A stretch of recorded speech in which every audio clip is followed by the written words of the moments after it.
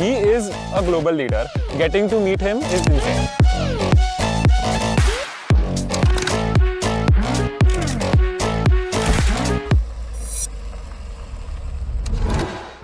But that moment जब बस वो आ रहे हैं,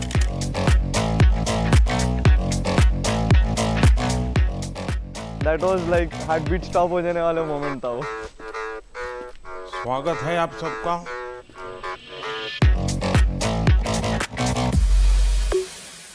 Once he came and sat in front of us, I'm sure सब लोग wonder कर रहे थे, wait, is this same person जो हम टीवी पे देखते हैं? जब सामने बैठे थे तभी भी धक धक हो रहा था बहुत।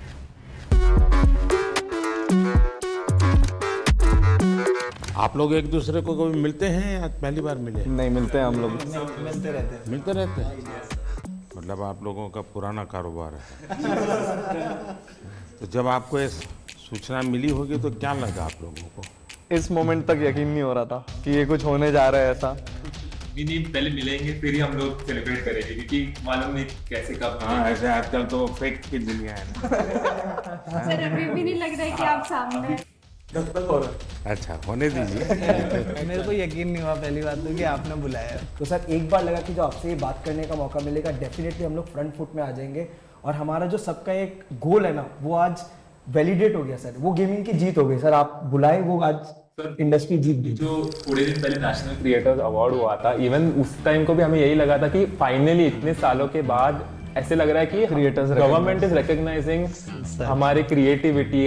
जो हम यूट्यूब पे करते, जो हमें लगता था कि हाँ हमारी लोग देख रहे हैं, फैंस देख रहे हैं, यही हो रहा है, बट आप लोगों ने उस क्रिएटिविटी वाले अवार्ड में भी अप्लाई किया था? मैं तो गया था सर। हम तो बिल्कुल आपके इतने दूर बैठे हुए थे उस टाइम पे, उसमें भी यकीन नहीं हो रहा था। आप परिचय बता दीजिए पहले सबका। नमस्कार सर, मेरा नाम अनिमेश अग्रवाल है। मैं 28 साल का हूँ।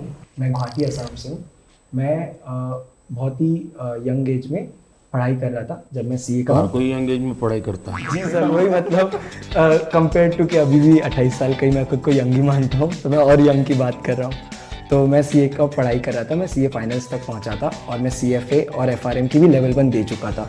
मैंने अपने माता पिता से 1 साल का ब्रेक मांगा था अपने पढ़ाई से गेमिंग की करियर को परस्यू करने के लिए। जब मैं 2018 में स्टार्ट किया, मैं सोच के पूछा था कि 1 साल मैं गेमिंग में पूरा दूंगा और कुछ बनने की कोशिश करूंगा। तो परिवार में क्या रिएक्शन आया?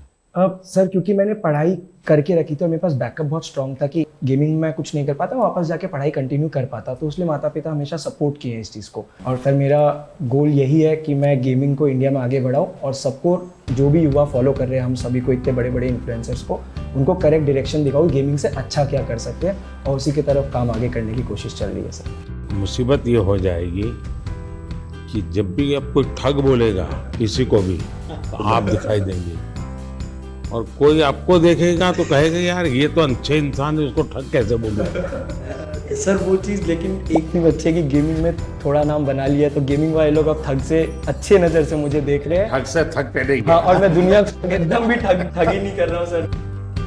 मेरा नाम अंशु बिष्ट है। वैसे मेरा गेमिंग नाम गेमर फ्लीट है सर। मैं आता हूँ हल्द्वानी, नैनीताल, उत्तराखंड से। तो मैं सर वैसे लोअर मिडिल क्लास फैमिली से आता हूँ। मेरे पापा एक प्राइवेट स्कूल में 30 साल तक उनने बस कंडक्टरी करी थी ताकि मैं और मेरी दीदी को वो स्कूल में पढ़ा सकें। मैंने थोड़े ट्यूशन्स पढ़ाने स्टार्ट करे बच्चों को, 1-2 जॉब्स ले रही, फिर अपना खुद का कंप्यूटर बनाया एक। सर आर्थिक स्थिति इतनी अच्छी नहीं थी तो उनका बनता है कि ऐसे सोचना कि आप समझ रहे हो ना कि आपका बच्चा बस कंप्यूटर में बैठ के चिल्ला रहा है दिन भर, क्योंकि सर थोड़ा होता है कि मतलब चिल्लाना इन द सेंस कि मतलब खुश होना, कि तभी लोग देखते तो खुश होते हैं ना कि अरे वाह इसको कितना मजा आ रहा है, तो उन्हें भी मजा आता है। यानी आपको एक्टिंग भी करनी पड़ती है थोड़ी बहुत, ताकि व्यूअरशिप बढ़े। तो हाँ सर, करनी तो पड़ती है सर। सबसे बड़ा ब्रेक थ्रू क्या है आपको इस दुनिया में? सबसे बड़ा ब्रेक थ्रू सर कि मतलब अगर आपको पता चल जाए कि आप क्या करना चाहते हो इन दी एंड। सर जैसा आपका है कि आप देश को आगे ले जाना चाहते हो, आप देश को एक स्तर पे ले जाना चाहते हो बहुत, तो वैसे ही मेरा भी था कि मतलब मैं भी कुछ ऐसा करूं कि दुनिया वाहवाही करे। मेरा नाम नमन माथुर है और लोग मुझे मॉटल के नाम से जानते हैं। मैं पला बड़ा मुंबई में ही हूँ, नवी मुंबई में। और जब मैं 4 साल का था मेरे पापा गुजर गए थे।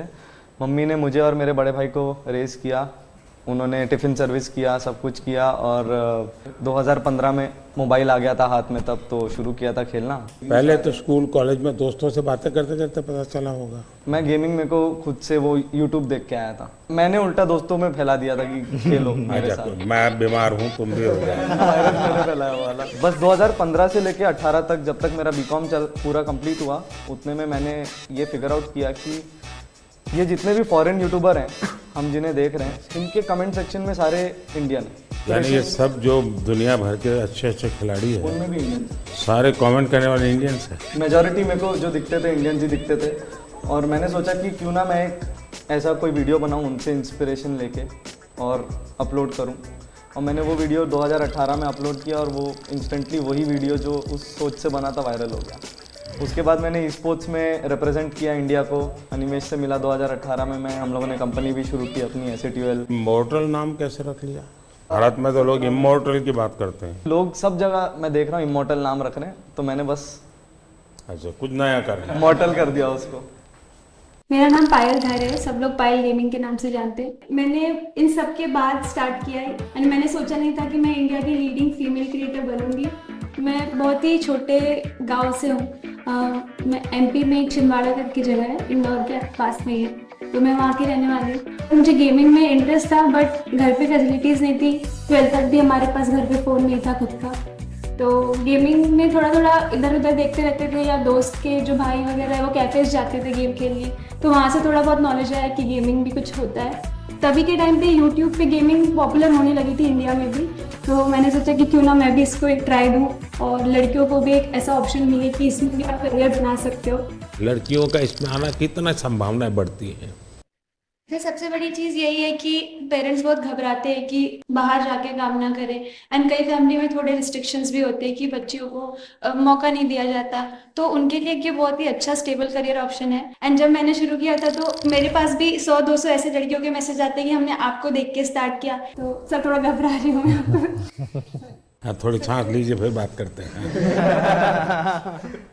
मेरा नाम मिथिलेश पाटनकर है, मेरा गेमर नेम मिथपैट है। मैंने जो ट्राई किया है कि हमेशा से यूनिक कंटेंट देना है, एंड आई थिंक उसी की वजह से लोग मुझे पसंद करते हैं। तो गेमिंग, एंटरटेनमेंट, मिमिक्री, ये सब मिलके मैं बनाता हूँ मेरे वीडियो। पूरा सलाड बना देते हैं। मैं चाहता था कि इंडिया से एक ऐसा कंटेंट मैं बनाऊं जो बाहर के लोग भी देखें, लोग अप्रिशिएट करें। आज से 2 साल पहले एक स्ट्रीमी अवार्ड्स होता है, बोलते हैं कि this is one of the best award. तो इंटरनेशनल कैटेगरी में I was the only Indian to get nominated, and Los Angeles में अवार्ड होता है, so I got that award, and I think that is also one of एक बहुत proud opportunity थी मेरे लिए ये। नमस्कार सर, मेरा नाम तीर्थ मेहता है, मैं भुज कच्छ गुजरात से हूँ और मैं 2014 से हार्टस्टोन नाम की एक गेम है उसमें compete कर रहा हूँ। तो भुज में ये बीमारी कहाँ से आई? सर ये तो ऐसा है ना कि हर कोने कोने में फैली हुई है अभी तो। लोग आपको कच्छ में जानते हैं कि ऐसे कुछ कर रहे हैं आप? हाँ, अभी तो मतलब बहुत सारे लोग लेकर के जाना पड़ता है? नहीं, अभी तो क्या आप मुझे देखिए, मेरे पास तो ये है। हाँ, मतलब इनिशियली तो किसी को पता नहीं था, बट जब से ये मेडल हासिल हुआ है तब से काफ़ी मतलब कहे तो सब पहचानने लगे हैं। हेलो सर, मेरा नाम है गणेश और लोग मेरे को SK रोसिया से जानते हैं, और मैं बेंगलुरु से हूँ और मैं एक प्रोफेशनल ई-स्पोर्ट्स एथलीट हूँ। जो मैं जब से कॉलेज में मैं गया, दोस्त लोग ने मेरे को गेम को इंट्रोड्यूस किया और जब मैं खेला, अचानक से उधर जो भी लोग खेलते हैं उन सबसे अच्छा खेलने लगा। तो मेरे दिमाग में आया कि ये चीज़ मेरे को असली में मज़ा आता है करने में और इस पे मेरे को कुछ बड़ा करना है। मैं जब 17 ईयर ओल्ड था, मैं इंडिया को रिप्रेजेंट किया 2017 इंडोनेशिया में। तो जब मेरा सक्सेस मिला और when I could take the responsibility, मेरा माँ बाप का जो ड्रीम था घर बनाने का, वो मैं कराया और दोनों को जॉब से रिटायर कराया और अभी सब रिलेटिव्स बोलती बंद। आई वाज लाइक धक हो रहा था पूरा कि क्या बात करूं उनके सामने, बट आज जब मिला आई जस्ट लाइक जो भी मन में है, जो भी मेरा स्टोरी है, जो मेरे को जानता है, वो सब बोल दिया मैं उनके सामने। एक साथ आप लोग कितने घंटे खेलते हैं continue? I think e sports athlete जो होते हैं वो दिन के 6 से 7 घंटे प्रैक्टिस के देंगे, क्योंकि वो उनकी पूरी रूटीन होती है। वो दिन में उठने का समय, गेम का समय, डाइट, सब कुछ होता है। कंटेंट क्रिएटर्स का सर अगर मैं बताऊँ तो आई थिंक सब लोग ऐसे होते कि दिन में 12 घंटे सिर्फ सोच ही रहे हैं और फिर हो सकता है वीडियो बनाने में वो 2 घंटे ही बन गए या फिर वो 10 दिन तक नहीं बने। हमारे देश में क्रिएटिव की दृष्टि से गेम की दुनिया में कंट्रीब्यूशन कितना होगा? पिछले 2 साल में जो कंटेंट बन रहा है इंडिया में यूट्यूब पे वो बहुत नेक्स्ट लेवल बन रहा है। लाइक सब ऑफकोर्स लोगों के पास फोन्स आ गए हैं, सबके पास अभी इंटरनेट एक्सेस आ गया है, तो हम लोग ऐसा नया नया कंटेंट देख रहे हैं इंडिया में जो आई थिंक वर्ल्ड में किसी ने बनाया नहीं है। मैं शौक हो जाता हूँ कि इंडिया में इतना सस्ता है, इतना मतलब अच्छा है। इवन फॉर एग्जाम्पल अगर गेमिंग बाजू में रखी तो एग्जाम्पल यूपीआई भी इट्स ऑल्सो सिस्टम जो बाहर इतना अच्छा नहीं, मतलब कोई सिस्टम नहीं है जो इंडिया में। It's a blessing. गेमिंग की दुनिया में आज करोड़ों बच्चे हैं, उनको ये मालूम है कि हमारे यहाँ इंटरनेट इतना सस्ता है, उसी के कारण उनके लिए अपॉर्चुनिटी बनी है, पता है? बिल्कुल सर मैं तो खुद ही मानता हूँ सर कि पूछोगे ना वो सबसे पहले बोलेगा फ्री इंटरनेट। यहाँ पे जो भी बैठा है हम सब हमारी शुरुआत ही ऐसी हुई है सर। जिस तरह से free internet, cheapest internet I think India के टॉप 5 चीपेस्ट कंट्रीज में आते हैं। तो सर आज के दिन भारत में 15,000 गेम डेवलपर्स कहे जाते हैं एंड 1400-1500 से ज़्यादा गेम स्टूडियोज भी है। सर वैसे तो भारत में अगर आप देखो जो गेमिंग है 5 से 6 साल पहले ही बूम होनी शुरू हुई। 2019 में आई थिंक मैं बोलता हूँ कि गेमिंग काफ़ी स्पीड पकड़ी, रफ्तार पकड़ा और 2000 सब कुछ मेरे आने के बाद जी एकदम जी। एक ऐसी घटना बताइए किसी के साथ आपको गेमिंग के दरमियान कुछ और आपने कहा और एक स्पार्क कर गया, ऐसा कोई याद आता है? मेरे तो लाइव चैट में आया था एक लड़का, बोला था कि मेरा ब्रेकअप हो गया, तो मैंने बोला था कोई बात नहीं, तेरा भाई तेरे साथ है। देखिए मान लीजिए कि मैं एक बिल्कुल स्टूडेंट हूँ और मुझे कुछ मालूम नहीं है ये गेमिंग की दुनिया क्या है, परसेप्शन का ही मुझे पता है जो ये बच्चे टाइम खराब करते हैं, पता नहीं दिन भर उसी में बैठा रहता है। मुझे याद है मैं परीक्षा पे चर्चा कर रहा था तो मैंने ऐसे कहा कि ये कुछ बच्चे ने मुझे उलट पुलट पूछा, मैंने कहा तो ये पबजी वाला लगता है, ये पबजी वाला है क्या? वो तो मोमेंट था सर, जब आपने ये पबजी वाला है बोला था तो मैं उस समय पबजी में ही रिप्रेजेंट कर रहा था इंडिया को, और मेरे रिलेटिव्स तब मेरे को ऐसे मम्मी को कॉल करके बोल रहे थे कि ये नमन को बोला था क्या? तब मैं इतने उस रिप्रेजेंट कर रहा था तो वो सबको पता था, तो कहीं आपने मुझे तो नहीं बोला हो, ये डाउट आ गया सबको। ये एक ऐसा क्षेत्र है जो अननोन है। ऐसी स्थिति में क्या आप लोगों को क्या अनुभव आता है जब बच्चों से बात करते हो, उनके परिवार से बात करते हो? कोई तो माँ बाप ये थे कि तुम बंद करो, मेरे बच्चे को बिगाड़ रहे हो। ये तो सर अगर पेरेंट्स मिलते हैं हमें, पेरेंट्स यही बोलते हैं कि हमारे बच्चों को बोलो कि पढ़ाई करे, सिर्फ आपके वीडियोस देखते रहते हैं। तो मैं अच्छा फिर वो काम भी आप ही को कहते हैं? बहुत बार न्यूज में देखा है कि पेरेंट्स का क्रेडिट कार्ड यूज करके बच्चों ने गेम्स में इन गेम पैसे होते हैं वो लिए, एंड वो चीज़ बहुत बड़ी न्यूज हो जाती है। उससे क्या होता है कि फिर हमें भी अफेक्ट हो जाता है उससे। राइट नाउ मेरा एक ही गोल है कि अगर किसी बच्चे को भी ई स्पोर्ट्स एथलीट बनना है या बहुत स्किल लेवल पे टॉप लेवल पे खेलना है, उनको मैं कैसे गाइड करूं, उनका पेरेंट्स को मैं कैसे गाइड करूं, बिकॉज ये अवेयरनेस बहुत कम लोग के पास है। घर में ऐसा लगता है कि जैसे स्पोर्ट्स एक एक्टिविटी जरूरी है या डांसिंग सीखना माँ बाप चाहते हैं कि बच्चे को आना चाहिए, क्योंकि वो भी एक व्यक्तित्व के विकास का एक हिस्सा है, लेकिन ऐसी चीजों को प्रतिष्ठा मिलने में सदियों की एक पुरुषार्थ रहा है। अगर देखी जाए हमारा देश स्पोर्ट्स में हमेशा बहुत आगे रहा। आज के दिन भारत का one of the most popular sport cricket है, पर अगर 1983 वाली वर्ल्ड कप नहीं जीती तो मे बी सब लोग उतना क्रिकेट में नहीं जाते, और अगर मे बी देश में एक सचिन तेंदुलकर जैसे बड़े नाम नहीं आते तो सब लोग वो बनना नहीं चाहते। सर गेमिंग 5-6 साल पहले ही शुरू हुआ और आज काफ़ी लोग हैं इंडस्ट्री में, कम्युनिटी में हमारे जैसे गेमर जिन्होंने भारत को रिप्रेजेंट करके नाम कमाया। तो सर आई थिंक आज कोई गेमिंग के लिए अगर ये पूछे कि ये क्यों करना है तो मैं उनको यही जवाब देता हूँ कि इसको आप साइड हसल रखिए। जो लोग सोचते हैं अनऑर्थोडॉक्स है, बेकार चीज़ है, टाइम वेस्ट कर रहे हैं लोग अपना, उसको करके आप प्राइम मिनिस्टर, अभी हम लोग प्राइम मिनिस्टर सर के रेजिडेंस में, तो वहाँ तक जाके उनसे बैठ के एक राउंड टेबल में बैठ के उनसे बातें कर सकते हो, तो वो बहुत अनरियल था। और फॉर श्योर लोग अब गेमिंग को एक अलग नज़रिए से देखेंगे कि हाँ ये भी कुछ है और इसमें भी कुछ करा जा सकता है। एज अ गेमर मैं कहूँगा कि ये मेन इम्पोर्टेंट चीज़ जो पीएम सर ने मेंशन की कि डाउन द लाइन ग्रो करना है एक इंडस्ट्री को, तो उसमें एक पेरेंट्स का इन्वॉल्वमेंट बहुत ज़रूरी है। उनका वही पेरेंटल एडवाइस, पेरेंट्स भी सपोर्ट करना, वो एक बहुत इम्पोर्टेंट फैक्टर है। आपकी दृष्टि से मुझे बताने जैसी कोई चीज आपको लगती है, यार आपको कुछ मन में प्रश्न है, तो आप क्या कोई रेगुलेटरी बॉडी हो सकती है? रेगुलेट शब्द ठीक नहीं होगा, वरना सरकार का स्वभाव होता है हर चीज में हाथ डालना। सरकार का मूल नेचर ये है। अब दो चीजें होती है कि या तो आप उनको दबाने की कोशिश करो, या तो कानूनी सारे बंधन लगा करके उनको अलग करो। दूसरा है कि आप चीज को समझो, समझ करके हमारे देश की रिक्वायरमेंट के अनुसार उसको मॉडिफाई करो, उसको कुछ कानून नियम व्यवस्था के अंदर ढांचा में लाओ, उसकी एक प्रतिष्ठा बढ़ाओ। अगर प्रतिष्ठा बढ़ जाती है तो फिर बुरा करने वालों को बहुत देर लगती है। मेरी तो कोशिश है कि देश की स्थिति इतनी आगे ले जाएं हम कि 2047 तक खास करके मध्यम वर्गीय परिवारों की जिंदगी से सरकार बिल्कुल बाहर निकल जाए। वरना ये कागज लाओ, वो कागज लाओ, ये दो, यहाँ क्यों गया, वहाँ क्यों गया, उसी में ही जिंदगी फंसी हुई है। सरकार की जरूरत गरीब को होती है, उसको मुसीबत के समय सरकार मिलनी चाहिए। सर आई थिंक एक चीज़ जो डेफिनेटली करा जा सकता है ईज़ ऑफ बिजनेस के लिए, सर ई स्पोर्ट्स को आइडेंटिफाई किया जाए। ई स्पोर्ट्स को बहुत टेक्निकली जैसे स्पोर्ट्स आइडेंटिफाई हुआ है, एक अलग से आइडेंटिफाई हो जाए कि ये स्किल बेस्ड गेमिंग है, इसमें कोई पैसों का गेम में पैसे लगा के पैसे जीतने वाला खेल नहीं है। सर अगर वो आइडेंटिफाई हो जाती है और सबको पता चल जाता है ये across all government bodies and all bodies जिनके साथ हमें फाइनेंशियल ट्रांजेक्शन भी करना पड़ता है, वो बहुत महत्वपूर्ण होगा। रेगुलेटरी बॉडी जैसा कि आपने कहा कि बंदिश वाली अभी इंडस्ट्री बनी नहीं है क्योंकि अभी बढ़ रही है, तो खुले में बढ़ने देंगे, पर साथ में अगर पुश मिलेगा तो कुछ साल बाद आई थिंक इंडस्ट्री रेडी रहेगी कि सरकार आके उसमें नहीं, इसको कोई बंदिश की जरूरत नहीं, खुले में ही जाना चाहिए, तभी जाकर के ये फले फूलेगा। अगर बंदिश आएगी तो नहीं होगा।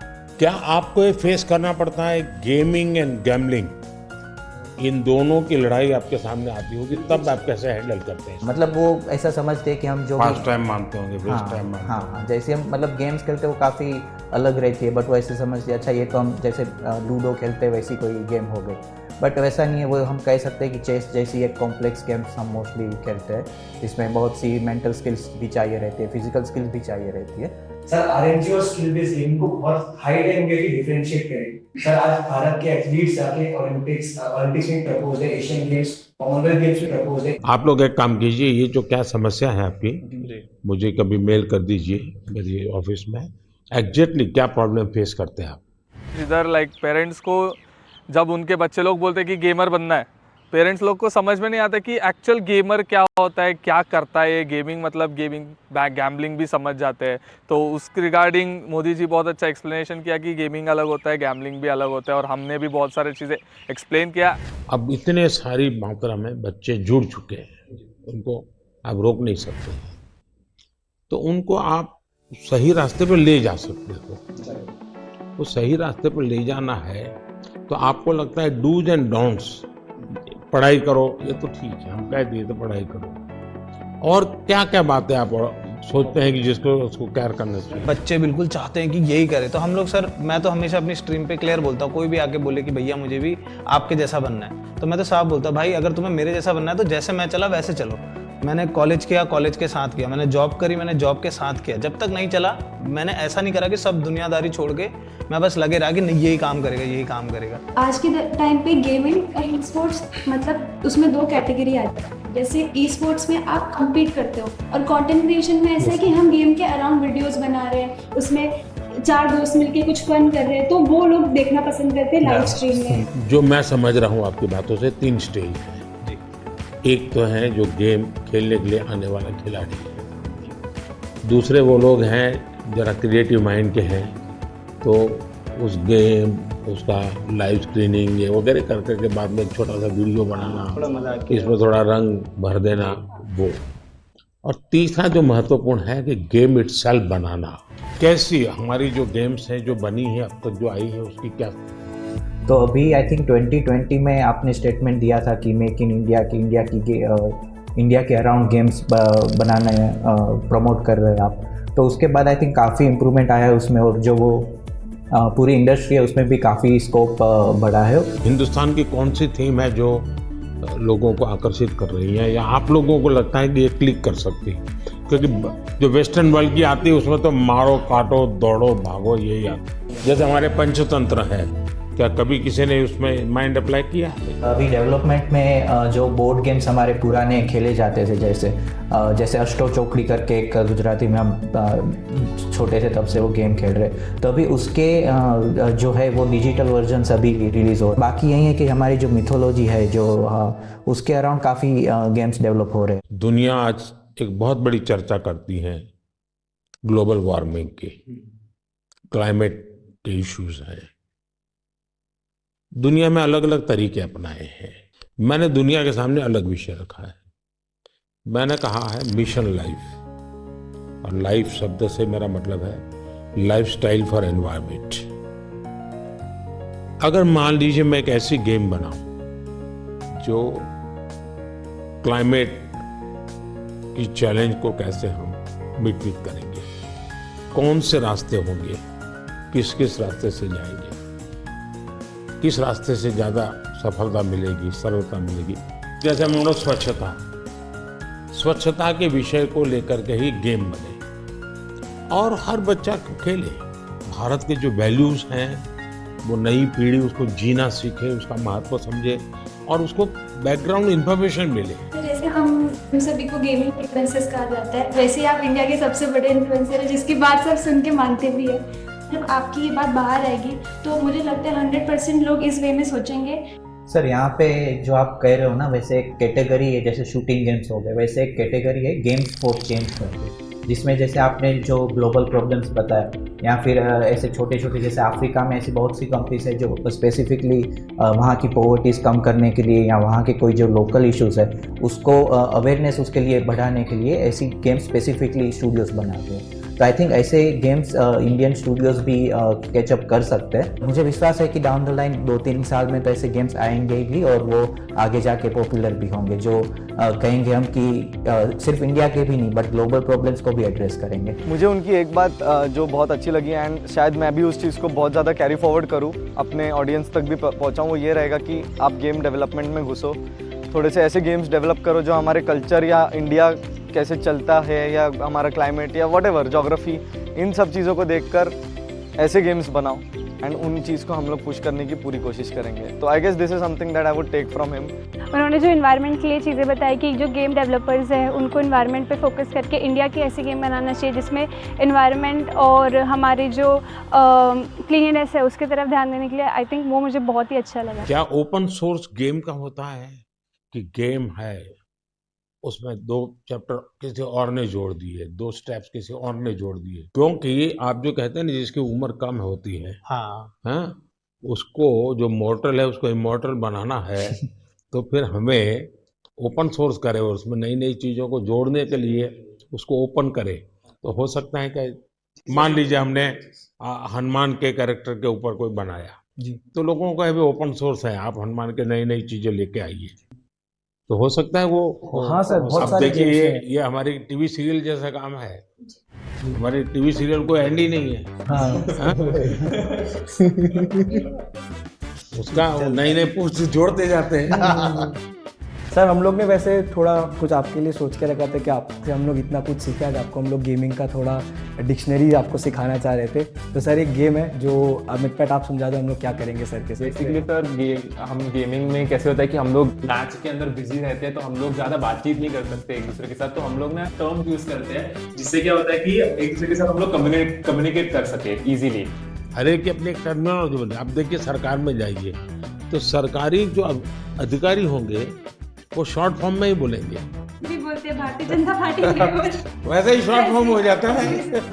सर पर आपको 1-2 वर्ड्स तो हम लोग बता के जाएंगे और आप हमें फिर बताएगा कि आप कौन से सेंटेंस में उसको यूज करेंगे। ऐसा है, मेरा एक शब्द है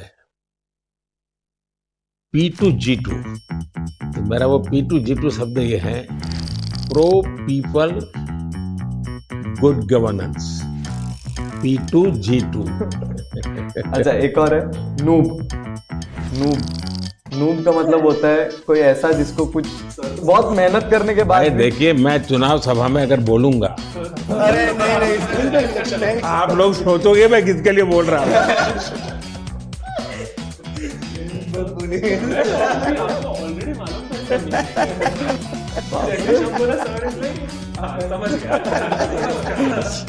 अगर मैं बोल दूंगा आप जो लोग ने उसके लिए बोला है। ग्राइंड करके एक वर्ड होता है, तो ये तो खैर आप गेम में भी इस्तेमाल कर सकते हो, आप कहीं भी इस्तेमाल कर सकते हो। ग्राइंड मतलब सर मेहनत करना हो गया बेसिकली। जैसे अगर मैं माइनक्राफ्ट खेलता हूँ तो मुझे उसमें एक एक चीज़ सीखने के लिए ग्राइंड करना पड़ता। तपना सर, तपना, हिंदी में आसान भाषा में तपना। और दूसरा है सर GT है, गॉट टू है। मतलब हम जनरली कोई भी गेमिंग सेशन एंड करते हैं तो दोस्तों को कहते हैं कि अभी मैं क्लोज कर रहा हूँ, जाना है, तो हम टाइप करते हैं GT, गॉट टू। चलो निकल AFK मतलब अवे फ्रॉम कीबोर्ड, यानी कि आप गेम खेल रहे हो, 4 लोग एक टीम में एक साथ खेल रहे हैं, अचानक से मम्मी ने बुला दिया कि खाना रेडी हो गया, तो वो फोन इधर ऐसे छोड़ के जाएंगे तो वो मतलब गेम में हार जाएंगे। तो टीम मेंबर्स आके हमें, अगर हम चाहते कि टीम मेंबर्स को समझे कि सुनो मैं जा रहा हूँ लेकिन मेरी जगह तुम लोग लो, तो हम लोग AFK लिखते हैं, अवे फ्रॉम कीबोर्ड, मतलब मैं नहीं हूँ पर तुम लोग संभाल लो। यानी एक दूसरे को कह करके जाते हैं, इतनी डिसिप्लिन फॉलो करते हैं। और सर सबसे बड़ी चीज, आपको कूलेस्ट पीएम कहा जाता है हमारी साइड में। अगर कि सबसे कूल अगर कोई है तो वो हमारे पीएम है। एंड आप जैसे मतलब हमारी और आपकी उम्र में काफी डिफरेंस है, लेकिन फिर भी एक नहीं, आपने किसने बताई ये मीडिया में सब आता है, वो सच मत मानो। हाँ मतलब सर आप भी जेंजी है हमारे। हाँ, मैं कलर करके बाल वाइट रखता हूँ ताकि जहाँ लोगों को लगे कि मैं मैच्योर्ड हूँ। आपने एक, मुझे याद है, मुझे बहुत बार गई थी यूट्यूब फैन फेस्ट में, आपने जब सर सिंपल चीज वही लाइक शेयर सब्सक्राइब, सब लोग पागल हो गए। हम लोग को कूलेस्ट पीएम को गेमर टैग देना चाहिए। हम लोग सब गेमर्स के नाम है, सर का कोई नाम नहीं है। नाम सर इंडिया ने मुझे बहुत पहले से नाम दे के रखा है, नमो। तो वो हम लोग क्या कहते हैं, नमो OP. Sir OP is overpowered, और आपको सबसे ज्यादा ही ओवरपावर्ड। सबसे ज्यादा पावर। सर अभी कुछ आपके साथ गेम्स चलिए। लेते हैं। सर आप बहुत एक्साइटेड है आपको गेमिंग सिखाने के लिए। आपको ये पहनाता हूँ।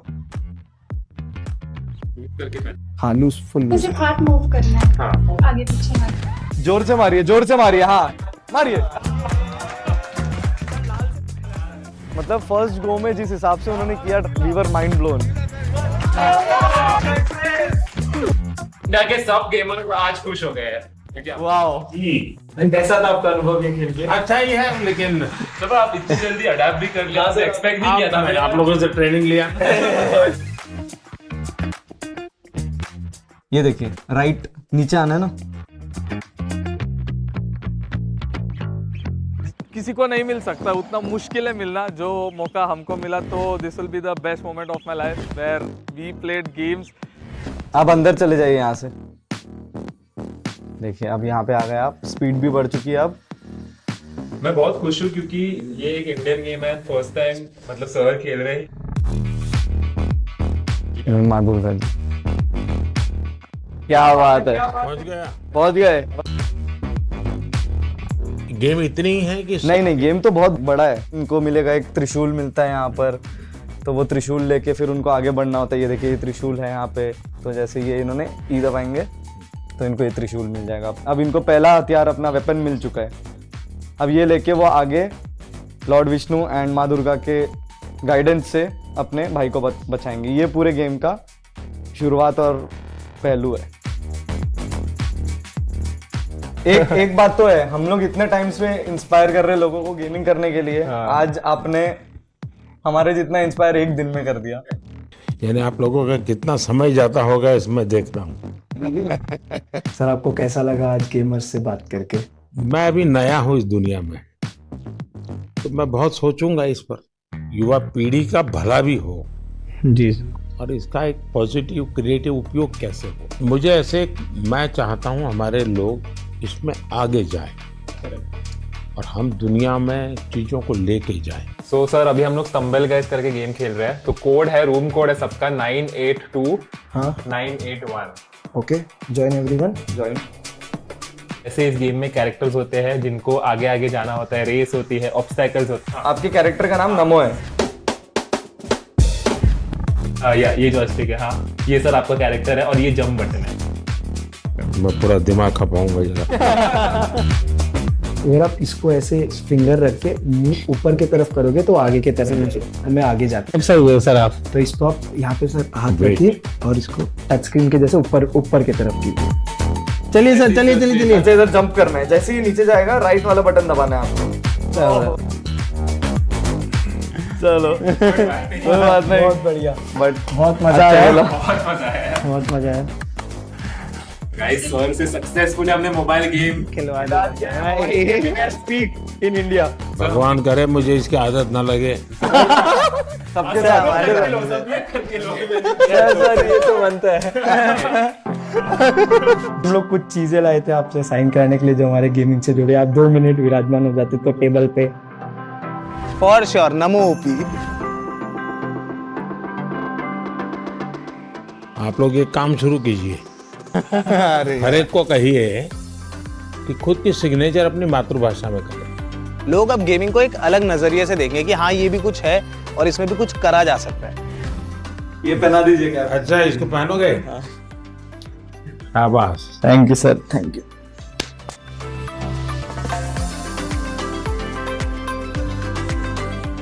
सर आपके साथ में से कैसे फोटो जिसका कन्वर्ट कर दो जैसे गेम में हम। हाँ चलिए। I think Indian gaming peaked today. Who is the biggest influencer in India? It's our Prime Minister. हमने उनसे मिले।